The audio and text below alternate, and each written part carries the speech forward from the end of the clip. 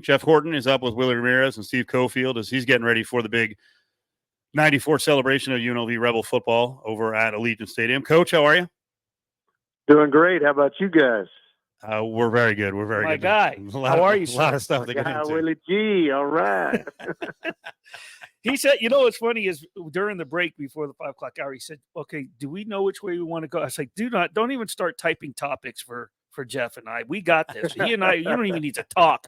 We got plenty of stuff we could. Right. Yeah, when it comes to 1990, give me some credit. I'm a prep guy. Okay? I like to be prepped. I don't know whether or not we need to start with that season, the goalpost running across, Henry Bailey's performance, or the nights we spent at Thirstbusters. I mean, where are we going?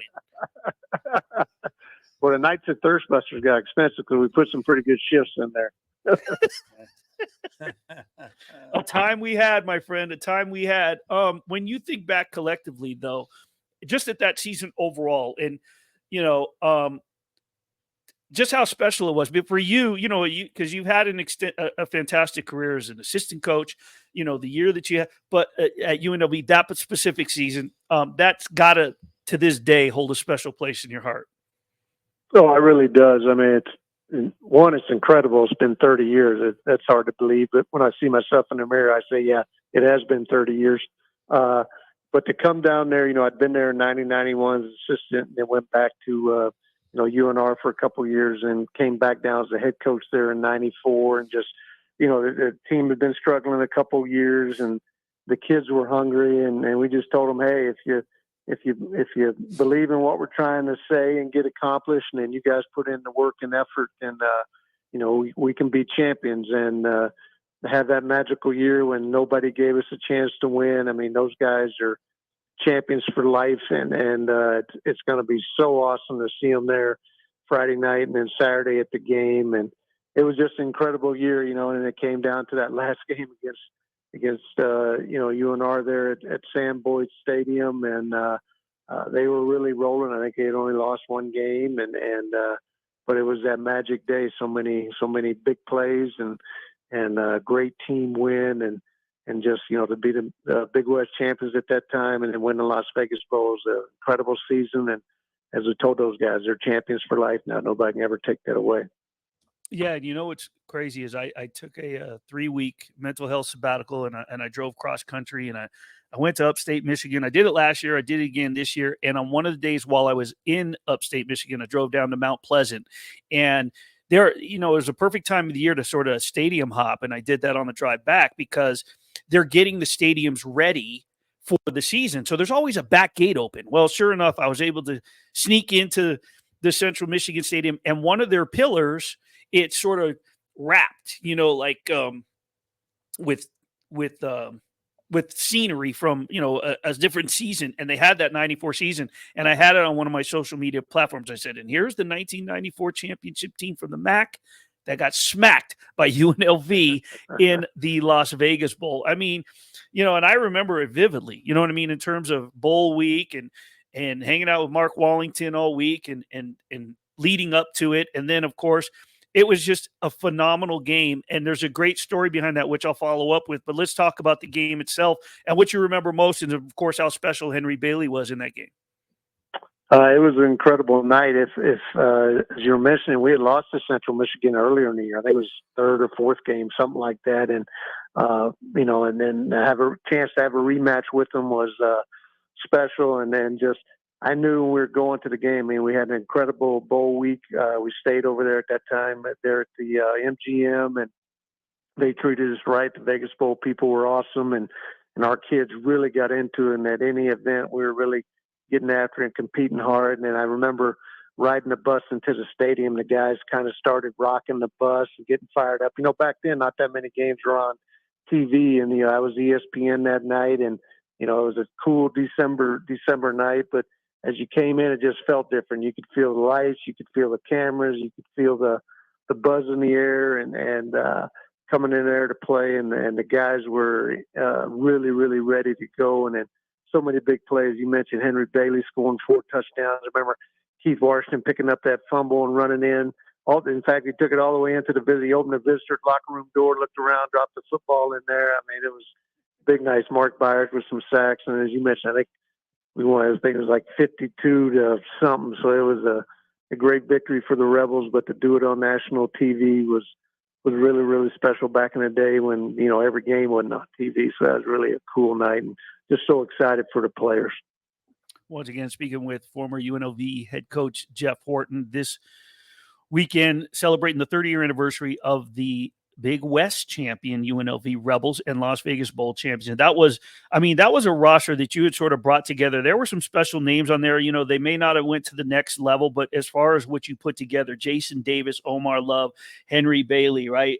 Randy Gatewood, who held, I think that the game against Idaho, he still holds one of those records. On defense, local kid Keith Clough went to basic, Rossi Johnson. But coach, listen, from UNLV days to your days at San Diego State, I will challenge you to tell me that you had a harder hitting safety, littler guy than Rodney Maison, because that dude was like a truck. Oh, Rodney Maison, he was something special. I remember the Nevada game when he came out wearing the Batman mask as we took the field, and he could hit you. Good thing if those rules were different like they are now back then, you know, I don't know if Rodney would have made it through one game. Yeah, it was I got news for you. That was you know, he'd explode on you, and they'd probably throw him out too many times for targeting now. It was a very fun season. So I'm going to be out there, so I'm looking forward to the celebration. Yeah. Nick Garitano doing all the kicking. How great was he? Yep. So there's my story that I wanted to tell you is I'll never forget after the game for Sports Center, they had the camera where they would hold it down low, panning from like a ground level up. And there was always that little 30-second intro, right? Back when it was Dan Patrick and Keith Olbermann, and they'd have the funny lines here and there. And I'll never forget, and they said in a bowl game in Vegas with a beer belly booter who was kicking 60-yarders pregame, and they were talking about Nick Garitano because his belly. So I still, to this day, we laugh about it all the time when I see Nick, the coach of CSN baseball. I'd be like, the beer belly booter kicking 60-yarders, because that dude could kick. Former Chaparral High School star, baseball and football. Yeah, he was incredible. I mean, who'd ever thought, you know, he was a third baseman as big as he was and a kicker, but you know, he hit a lot of 50-yarder plus and did a great job. What a tremendous job he's done over there at the community college there, getting into the Junior College World Series and just a great person, also great dad.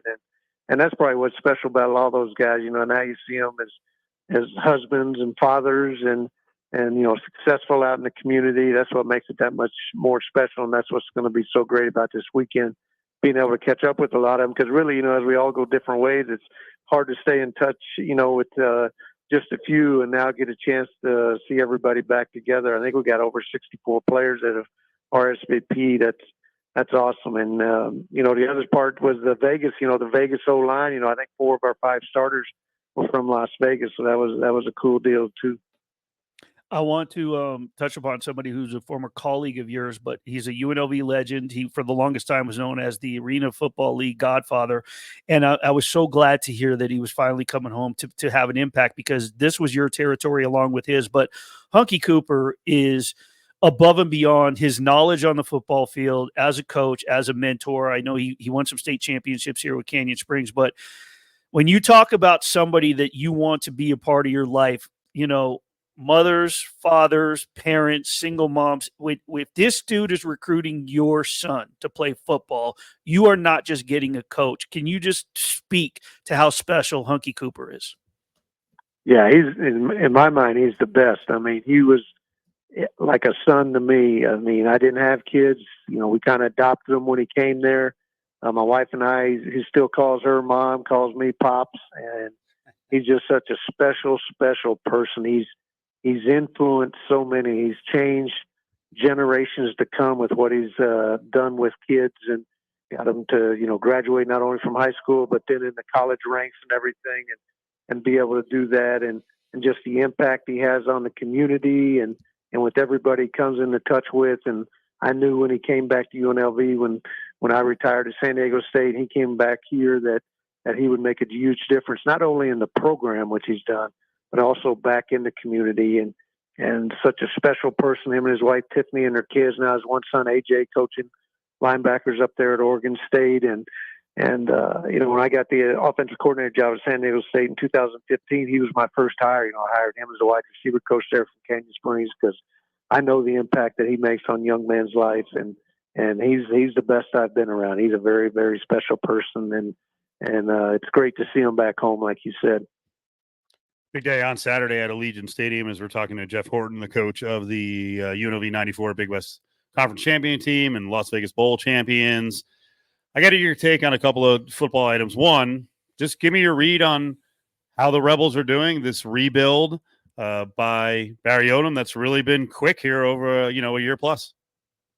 He's done a phenomenal job. I had a chance to meet him last year, coming down there and watch some practice. Now that I'm retired, got a chance to meet with him, watch him practice, and then again in the spring. And he does an incredible job. Him and his staff are outstanding. They've really done a great job of getting that program turned around, taking the next step, getting them in the championship game a year ago, right back at it this year. And really, really impressive with what he's done there with the program. He's really accelerated the thing there, and it's easy to watch why when you watch him practice and you see him carry it over to the field, and a great man also. He's very welcoming, very open, and has been outstanding in those areas in the community, and I think they're just continue to really grow that program and get better and better.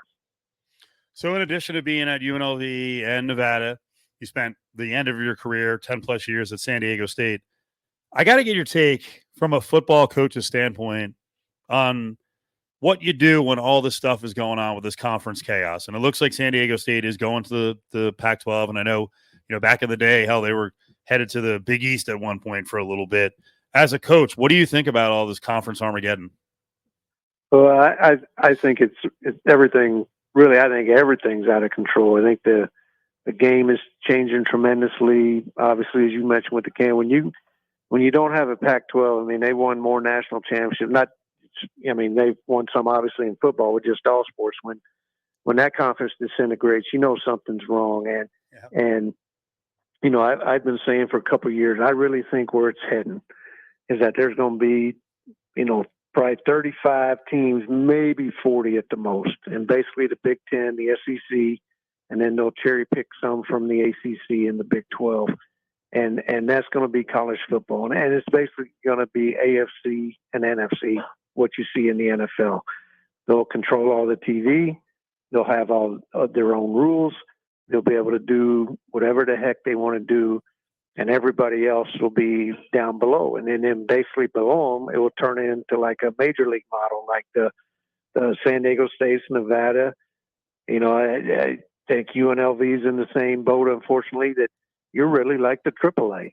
And as you recruit and develop guys, as they get good, then you're going to get called up to the so-called big leagues, just like they do in baseball. You, in turn, going to go to the Sac States, the Eastern Washingtons, the Montana, Northern Arizona. That's the AA, and you bring them up to the AAA, and it's really going to evolve into that because that divide is getting bigger and bigger every year, and you just can't compete with the money that those other schools have. I mean, it's impossible, and it's sad to see to me. And just like with the NIL deal, I am for paying players. I think that's a good thing, and they deserve it. Where the issues are is the NCAA is supposed to create level playing fields. There is no level playing field in college football now. It's a matter of just how much money you got and how much can you spend. And then the NCAA was supposed to be the ones to always enforce a level playing field for all the sports. That's not happening right now. It's out of control, and it's going to get worse, I think, before it gets better. Coach, I looking forward to Saturday. I will be there at Allegiant Stadium. I'm going to, the new rules with our boy Mark. I'm only allowed on the field for a certain amount of time, so I am going to plead my case and be like, look, I was every bit a part of that program when I was starting my career. If you remember, I was with the Las Vegas Sentinel Voice. And we were out there. I mean, I was out there all the time at Rebel Park, and gosh, we had some good times. So I'm looking forward to seeing you on Saturday. Oh, it's going to be a lot of fun. I mean, one, you got a great UNLV team. Two, playing Fresno State, they always bring good following. I know Las Vegas people are really all in, and there should be a great crowd, great atmosphere. Should be a great football game. And you got the 30-year '94 team coming in. I mean, chance to see everybody again, see you, see Steve there, and just everybody there. And it's going to be a ton of fun. We're going to be out there in that tailgate, the alumni tailgate area at 9:30 to game time. I think we're getting introduced there between first and second quarter, I think. So that'll be great. But had great times in Vegas. Need to win more games, but made lifetime memories, lifetime friends such as yourself, and to see these guys get a chance to come together again and celebrate. That's what it's all about. All And right, support the Rebels. Yep. Yep. I'm going to be looking forward to seeing you and Terry. Awesome. Can't wait. Thanks, Coach. We appreciate the time. We'll see you this weekend. All right. Take care. Thanks for having me on.